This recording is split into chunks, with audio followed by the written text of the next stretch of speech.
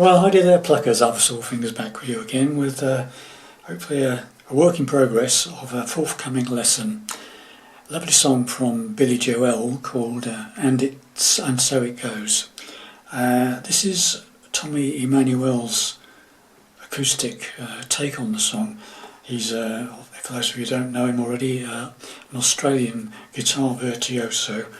Very, very good guitarist, and he's done an instrumental version of it. Okay, so this is my take on his version.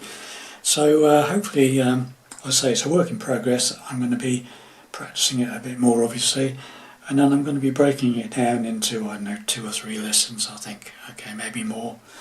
We'll do it in small stages. Thanks very much indeed for listening, and hopefully we'll be coming back with a lesson shortly. Bye for now.